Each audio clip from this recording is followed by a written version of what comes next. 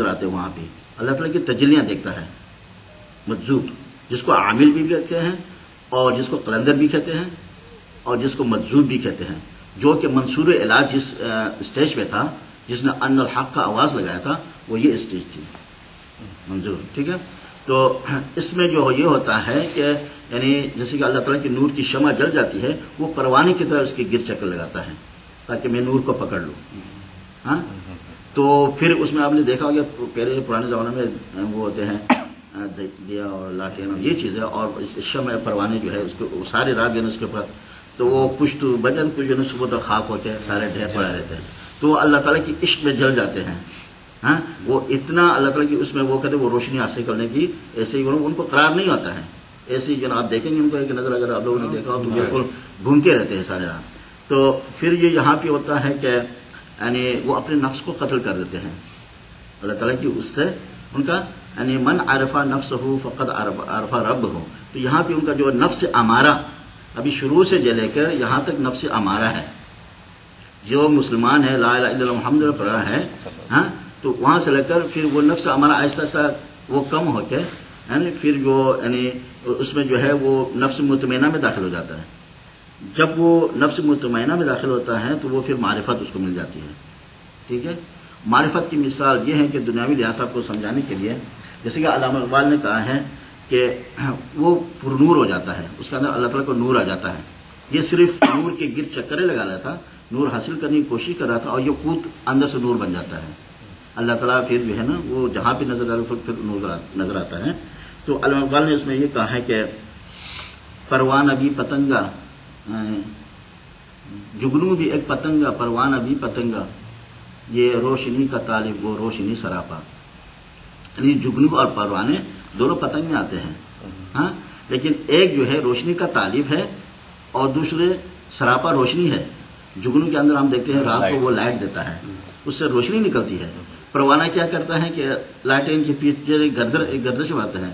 تو اس لیے علامہ اقبال نے کہا ہے کہ جگنو بھی ایک پتنگا، پروانہ بھی پتنگا، یہ روشنی کا طالب وہ روشنی سراپا. ٹھیک ہے، تو عارف کا یہ مثال ہوتا ہے کہ وہ اللہ تعالیٰ کے نور کے اندر ہوتا ہے، اس کے اندر روشنی آ جاتی ہے، اس کے اندر وہ پھر پروانے کی طرح گردش نہیں کرتا ہے، وہ خود اندر سے ہے. اور پروانہ جو ہے نا کہ وہ اس کو تجلیاں نظر آتے ہیں، اس کو پکڑنے کے، اس کو یعنی مفید کرنے کی اس میں وہ کرتا ہے. تو پھر یہاں سے پھر علم، یہ علم یعنی اس کو کہاں سے ملتی ہے؟ یہ عارف اس کو یہ دیتا ہے یہ علم. ٹھیک ہے، ہاں، مجاہد کو علم کس نے دے دیا؟ یعنی مرید کو علم کس نے دے دیا؟ مرید کو یعنی کہاں یہ یعنی مجاہد سے ملا.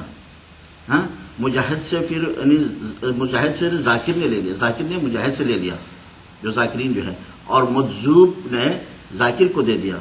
ٹھیک ہے، اور یعنی فنا فی اللہ نے مجذوب کو علم دے دیا. اور پھر فنا فی اللہ کو جو علم جو ملتا ہے وہاں پہ فنا فی اللہ میں پھر جو ہے یعنی پیری مریدی ختم ہو جاتی ہے. پھر جو ہے نا وہ دنیاوی کسی یعنی کوئی ولی کوئی اس کو پھر وہ یعنی اس کا رابطہ ختم ہو جاتا ہے، اس کا صرف جو ہے نا حضور صلی اللہ علیہ وسلم رہ جاتا ہے، وہ فیض ڈائریکٹ حضور صلی اللہ علیہ وسلم سے اور اللہ تعالیٰ سے. یہاں پہ یہ کہتے ہیں کہ لا الہ الا اللہ، ہاں، محمد یعنی لا الہ الا اللہ محمد رسول اللہ، کہ اللہ اور رسول میرے لیے کافی ہے. حضرت ابوبکر صدیق رضی اللہ عنہ سے اس نے سارا گھر سمیٹ کے لے کے آئے کہ اللہ گھر والوں کے لیے کیا چھوڑا؟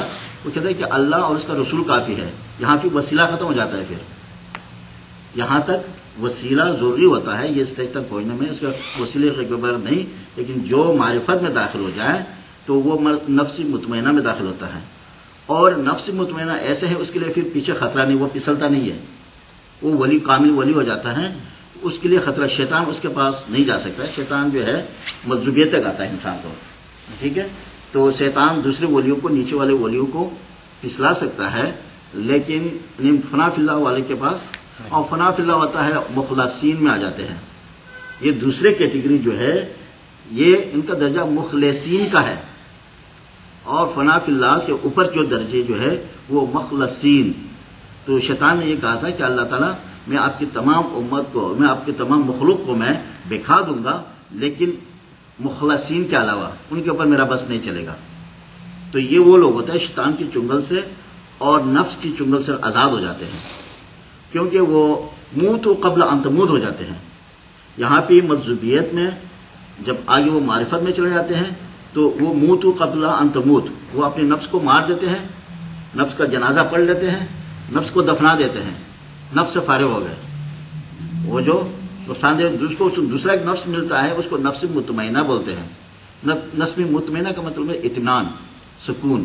ان کو پھر نہ ادھر کا خوف نہ ادھر کا خوف. وہ 24 گھنٹے اللہ تعالیٰ کی تجلیوں میں ہوتے ہیں، اور یعنی باقی کسی چیز کا خوف ان کو نہیں رہتا ہے. پھر وہاں سے پھر وہ حضور